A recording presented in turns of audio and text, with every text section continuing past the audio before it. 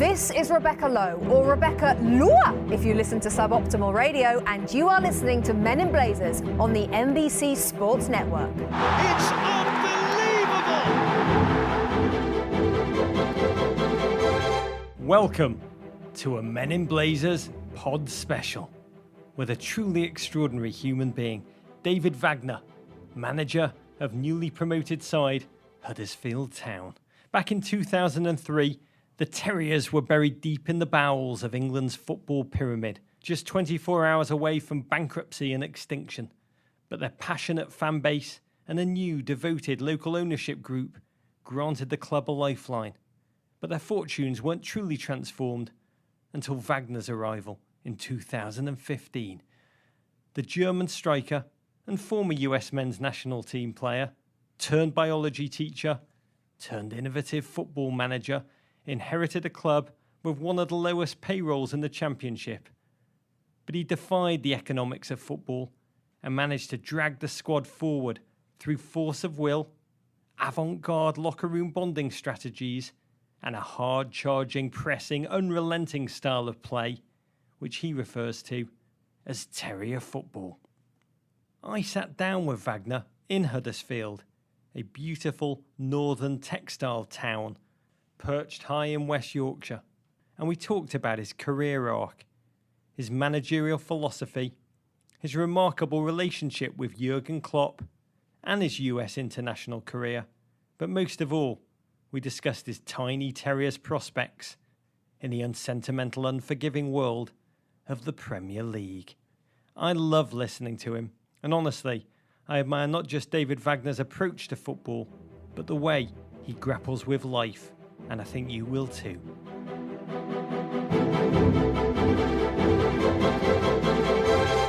David Wagner, of Frankfurt, Germany, a financial city, stark contrast to Huddersfield. Yeah, slightly. Frankfurt, it's much more bigger and busy for sure as well. So this is Huddersfield, a small town, not a city, a town, but a proud town, real working class area, where everybody really tried to invest everything what he has, not only for this football club, for his town as well. And so it's slightly different. What a journey it's been for you to come here. You're a professional footballer, a talented player, a striker, right? Average talented, I will say, or maybe less than average. I played most of my career as a striker, yes, a striker who hasn't scored goals, so it wasn't the most successful striker. I prefer to play more on the wings. Sometimes even I were able to score some goals, so it was just an average career. 15-year career, you won the UEFA Cup with Schalke, but your personal peak must have been when you displaced Jurgen Klopp as the starting striker for Mainz.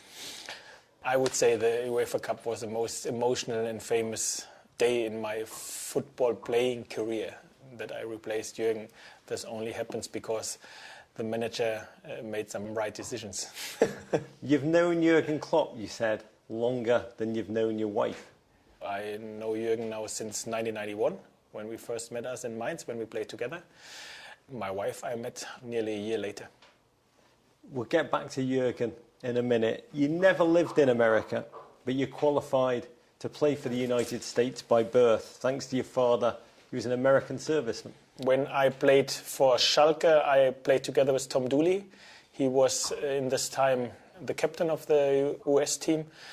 And in one of our conversations, he found out that I have an American passport as well. And then he said, why didn't play for America? And I said, I've never thought about it. And then it goes very quick. I got my new passport, and Steve Sampson, who was a manager at this stage in America, called me. I played some test matches. 8 caps? Yeah, some qualifiers for the World Cup in France as well. And unfortunately, I was only an alternative player for the World Cup squad.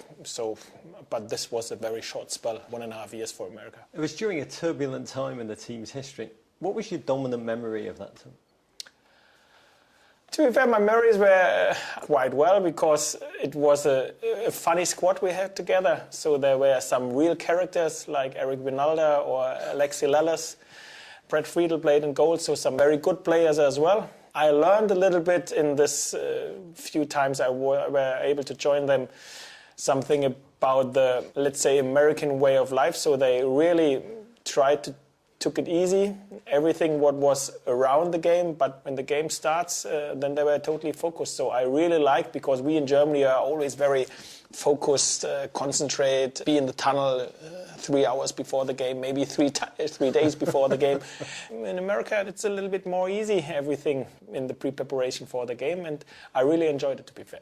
The way the 1998 World Cup ended up for America, you dodged a bullet, but your career ended in 2005, and you took 5 years out. You gained a biology and sports science degree from Darmstadt University. You've said about this time that you fell out of love with football. What happened?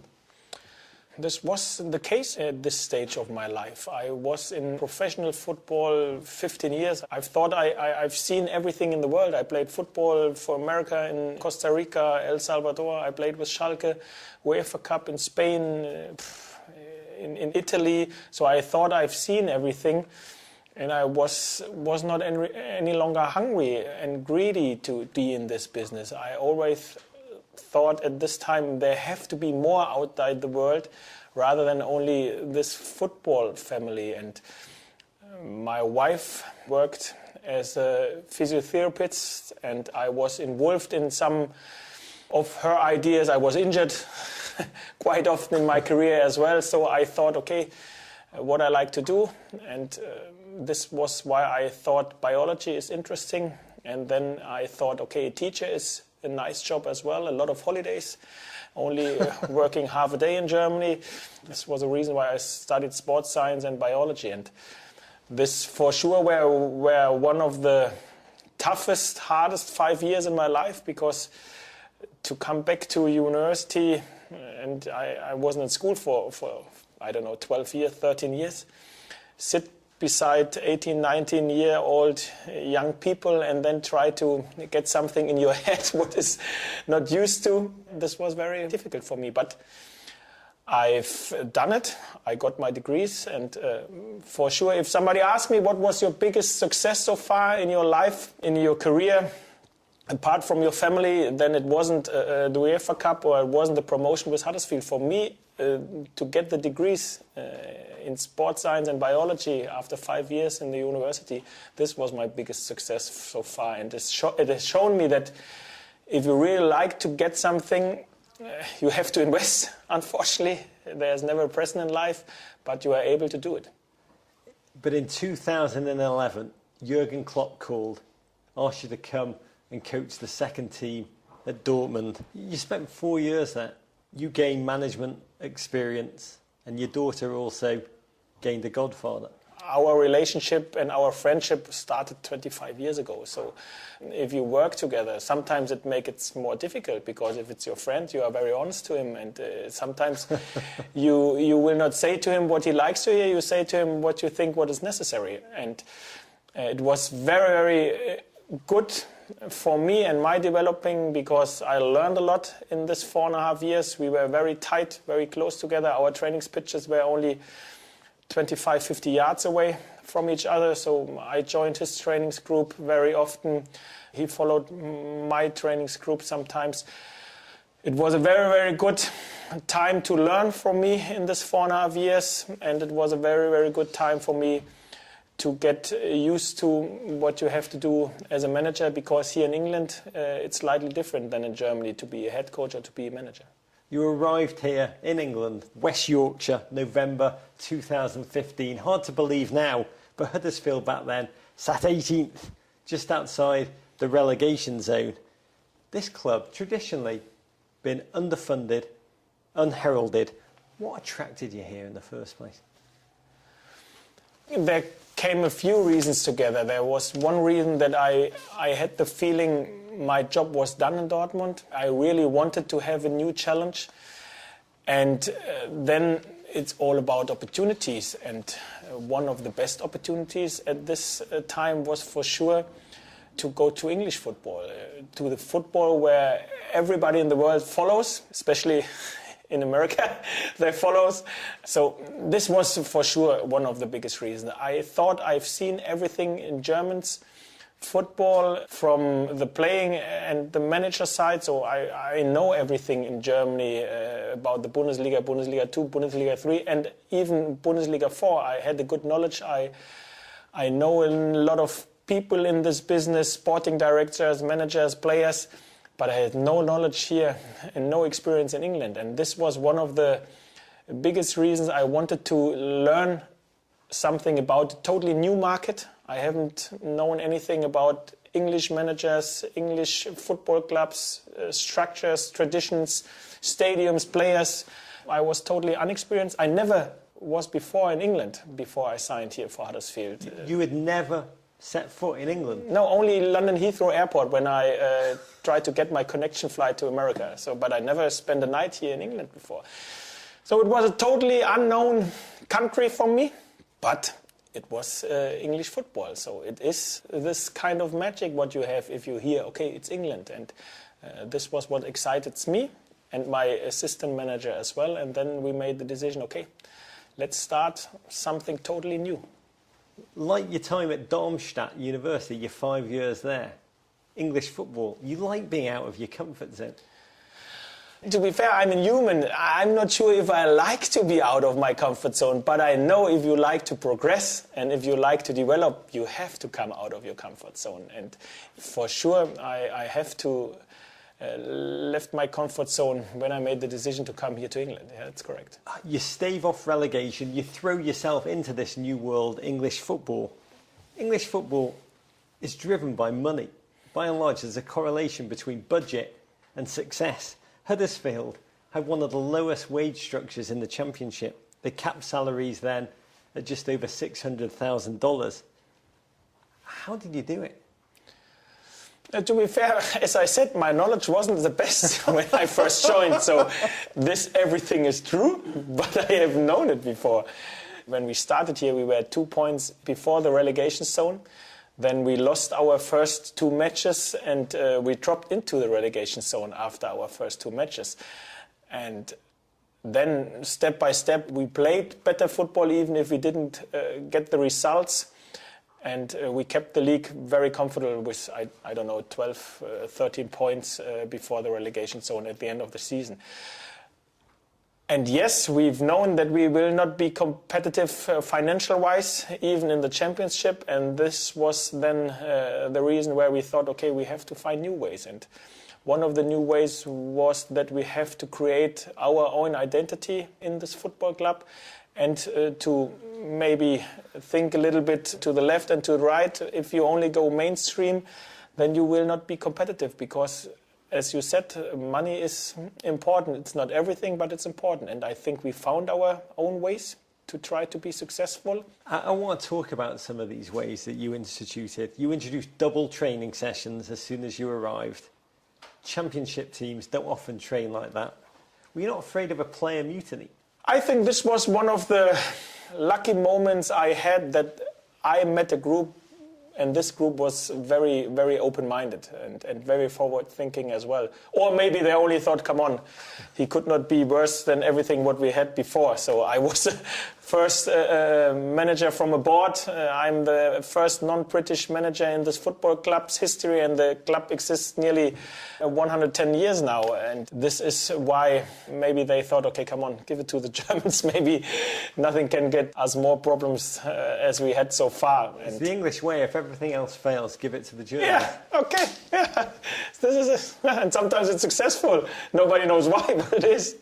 Yeah, and as you said, we changed something in the training regime, double session training in the evening. If we have an evening kick-off, go into the hotel before the games, before home games as well, try to prepare you, changing something in the nutrition, changing sports science, change the facilities. So there were a lot of changing, and I was very happy that I had a chairman who backed all my decisions, because even if we are not the team with the biggest budget, a lot of these ideas costs money. I'm aware about this, and the chairman said, okay, probably even if he didn't understand why, I back it, and at the end the success gave him a good feeling. That strategy that you mentioned is fascinating to me. You change training times to match exactly the kick-off time of your next game. If it was at 3 p.m, you trained at 3 p.m. If you had a night kick-off, that's when you got together on the training pitch. Can you explain how little details like that can transform footballing cultures? I'm totally convinced that the details make the decisions everywhere, especially in football, off the pitch and on the pitch. The quality of the individuals is so high, and there are only slightly different in terms of the individual quality. And you only be competitive if you search for the details, find the details, and then hopefully make some good decisions to change the details. So for me, it's all about the details in this game. How did you adapt tactically to English football? Your pressing, hard-charging, relentless footballing style, it's exhausting for the players.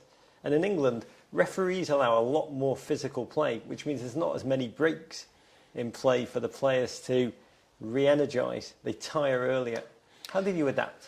The players only had to get convinced, and then they had to trust and to believe in what they are doing. We didn't have to adapt. We only brought our idea of football to this football club. And this is the idea of a high intense, of full throttle football, not a boring game. We like to have speed and entertaining in our game, even if we sometimes will fail. This happens. This is part of the game.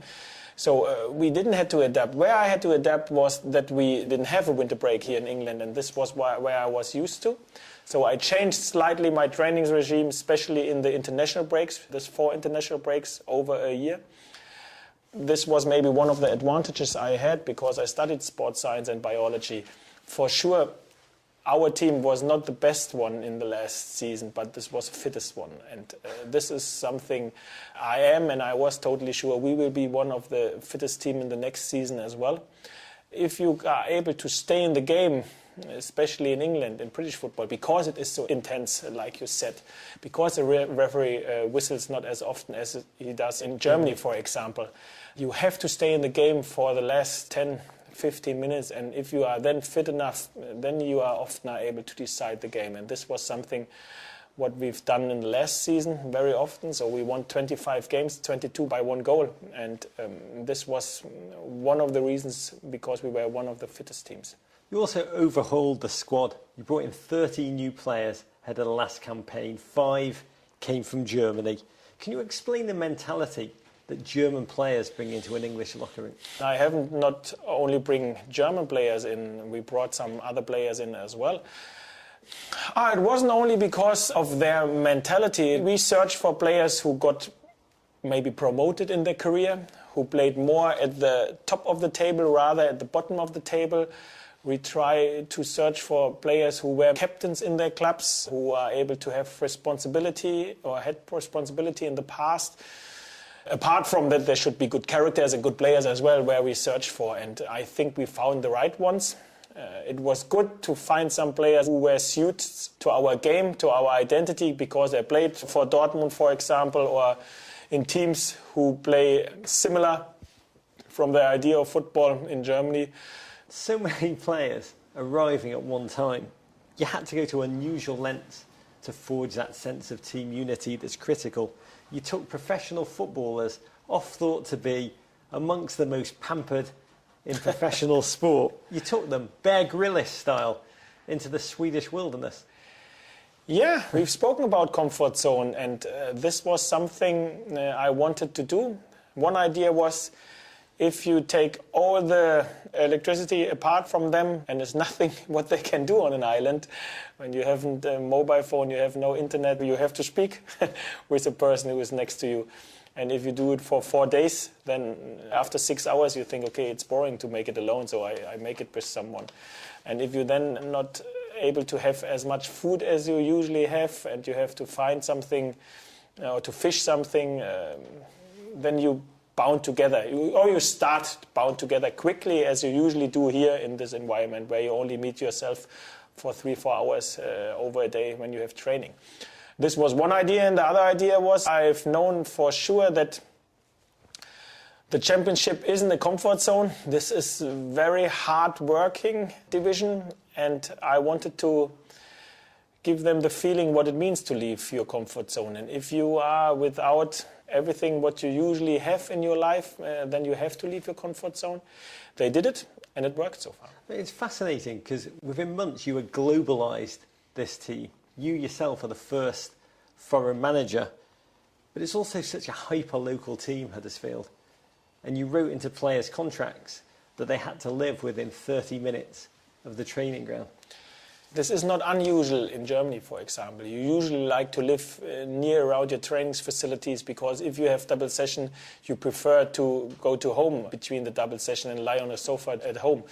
I know that in England the culture is that it's not a problem to drive 1.5 hours to training, and you are not like to remove yourself or your family if you switch a club. This is different in Germany, and I think with our trainings regime, you have to live near the trainings facility to have the best recovering and rest after training or between training.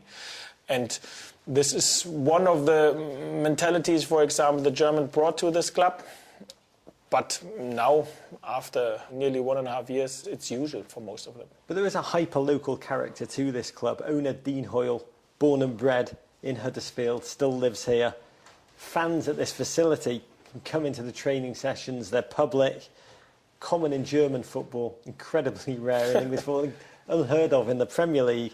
And the players, they even eat in a canteen that the public can access, which is fascinating. But after a brutal loss, the public must stick it to you guys. It's a community club, isn't it? So, yes, we are different in a lot of ways. Even if we now for sure have to change slightly areas where we have to be private as well, because if you take now 10 minutes from your car to the changing room because of all the autographs and selfies everybody likes to have, it wastes your time. So we will for sure create an area where we are together with a community, and then we will create an area where we have to be private and really work on the things we have to do, and this is a main part of our job. But yes, we are different, and we are a community club, and we will be a community club in the future for sure as well. This is one things which Dean Hoyle really wants to have. The culture of this club, being around it, just feels to be a place with no fear. And the style of football that you've inculcated, it's also fearless. How would you describe it? I think it's important that you make yourself as good as you can, independent from all the circumstances which are around you, especially when the game starts. It makes no sense to think about the opponent too much, how strong he is, how much money he has. It makes no sense to think about the stadium, how big it is, how many supporters are. You have to make yourself independent from this circumstance because you are not able to influence it. You have to be focused on yourself, on your identity. You have to trust and believe what you are doing, and then you have to do everything you can, invest 100%, and then you have to accept the result. That style fits the club's nickname, the Terriers, incredibly well. Not the biggest dog, but it thinks it's a big dog. Yeah, and even if you are not the biggest dog, maybe you have other advantages. You can be mobile, you can be quick as well, you can be aggressive, even if you are not the biggest dog. You have to find your own ways. We, as a Terriers, with our identity, I think we found our way, and we will stick to our identity. Even now in the Premier League, I think it makes no sense to change something what works for you. We only have to make it better. You found your way and then some. Against all odds, predictions, bookmakers, your team ended up 5th. And then you win both playoff games, possibly the most German way of all, via penalty shootouts. Yeah, so we got promoted without scoring a goal. So it was our own goal. We scored Sheffield away. We got promoted without winning a game, only after penalty shootouts. And we got promoted with a negative goal difference. So we had a few records in the season so far. But at the end, we got it over the line. And I think if this team has shown something is that you have to make yourself independent from circumstances which you are not able to influence, and this team was able to handle setbacks, and we had our setbacks over the season. Even in the semi-final we had our setback when we were 1-0 down against Sheffield Hillsborough in the second leg. It's difficult to come back. We came back In the Wembley final, we had our setback where we were 3-1 down in penalty shootouts and we came back. So this group was mentally very, very strong to handle setbacks, and they had this fighting attitude, what you need. I want to relive that Wembley final with you against Reading. Goalless draw, not the greatest game on the eye for the neutral, but when that went to penalties, effectively a $220 million shootout, and your team went 3-1 down. I mean, holding on, but barely. What emotions were you experiencing on the sideline? Your Premier League dream was over. This was never in my head. I was totally relaxed at this moment because I was so proud about what the players have done so far. And I'm not stupid, and I know that penalty shootouts is a gamble, and sometimes you need the luck. Of course, we had positive experience in the semi-final. Yeah, I was calm in this moment. Fortune turned. You sent up Christopher Schindler to take the clincher. Can you describe the emotions you felt in that moment as that ball went in? Believe it or not, but it's now, for me, far away. It's a movie which I've seen now more often, but I have no real memories about my feeling at this second. I thought, okay, it's a chance, please put it in, but it was nothing special in this moment. I thought about the Reading players and their manager as well. I know what they've invested and how tight they were, and I think my first way was to the Reading manager after we scored the winner, and to the Reading players as well. David, you're a modest man, but what you've done, this is Huddersfield. You've taken this town and put it not just on an equal keel with Manchester, with the London teams, with the massive brands in global football. You've taken this town into the global spotlight. Yeah, but it wasn't only me. It was so many people involved in what we created in the last 18 months. And if you are in this process, you didn't really realize it because everything happened step by step, and now you are in the Premier League.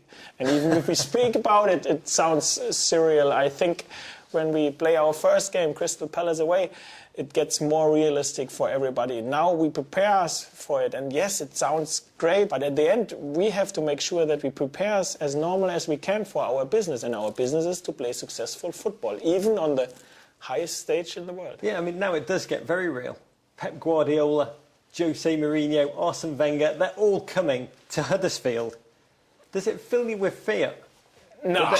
That they can drop $100 million on a player, no problem. How can you compete?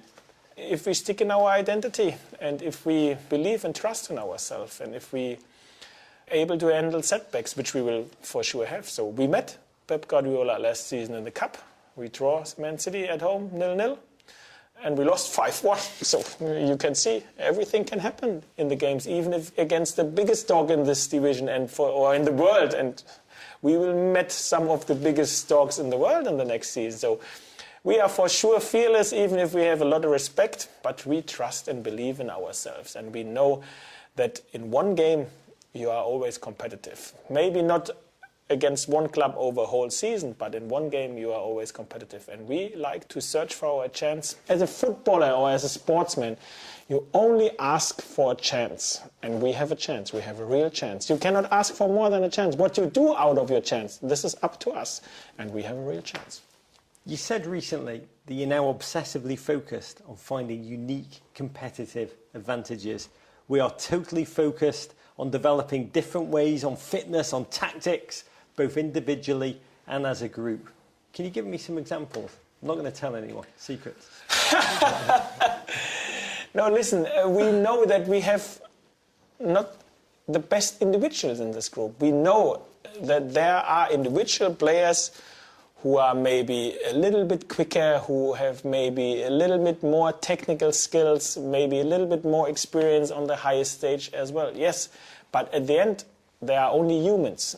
And we, as a group, we can compete if we work together and if we found our way to eliminate this high quality of an individual. And we have to make it uncomfortable for individuals that they are not happy to play against us, to have the ball. This is what we have to do and what we have to try. And on the other side, we have to be honest. We are speaking about the top 6, top 10, 12 in the Premier League, but then we are speaking about some clubs, for example, Brighton and Newcastle, who we played against in the last season, and some games we lost, some games we've won. So it shows us we are for sure able to collect our points in this division as well. We have the chance. You only ask for a chance. You play down the Jurgen Klopp connection. You've said you've not asked him for advice about the Premier League. But October the 28th, you travel to Anfield to play Klopp's Liverpool. I was trying to think about how that would feel. I can only think of like Luke Skywalker facing up to Darth Vader, but a little more German. So hopefully I'm Luke Skywalker. So it will be strange for sure, but this is so far away. There are so many games to play before this. I not really can make my head around about this now. What model do you follow? I mean, there's clubs that have come up in the past, Barnsley, Bradford. They're 1 season and out, 2 seasons and out. What gives you hope? Every club has his own history, his own identity, his own philosophy. I think it makes no sense to be scared about, oh God, how many teams got relegated immediately after they got promoted, how many teams stayed up. We have to write our own chapter in the Premier League, and we will invest everything that this is a longer one. For me, the wonder of Huddersfield is in this money-driven world, this economy-obsessed footballing culture. You've proven that any club, no matter what their size, no matter what their financial backing, can rise to the Premier League. Do you share that sense of wonder? Do you share that sense that you have proven, not a footballing lesson, but a life one, that anything is possible? It's an American team, isn't it? Yeah, but it's sport. Listen, it's sport. In sport, everything can happen. And I think we have seen 24 months ago, Leicester, another fairy tale in British football. When Leicester won the league, it was financial-wise not possible that this happened, but it happened. And we followed Leicester in the last season when we got promoted. It was not possible financial-wise, but we made it happen. And of course, we are proud what we've done, and we know that this is an unbelievable achievement, but now it's in the past, and now we are focused on the present and a little bit in the future as well. The hardest thing in life is almost to allow yourself to dare to dream. I always said I'm not a dreamer. I have more visions than dreams. And for me, the difference between a vision and a dream is, in a dream you wake up and you didn't really know what happens. Sometimes you not really can remember how your dream was. In a visions you have targets, you have ideas, how you reach your vision. And this is why I have more visions rather than dreams. We are working on our vision at the minute. I have far more dreams and visions, but I wish you a season of far more visions, David. Long may they continue. Thank you. Thank you very much.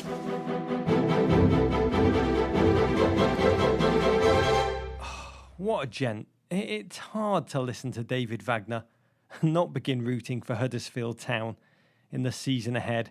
With German-American Danny Williams in their midfield, the Terriers kick off their season at Crystal Palace this Saturday, August 12th at 10 a.m. Eastern Time.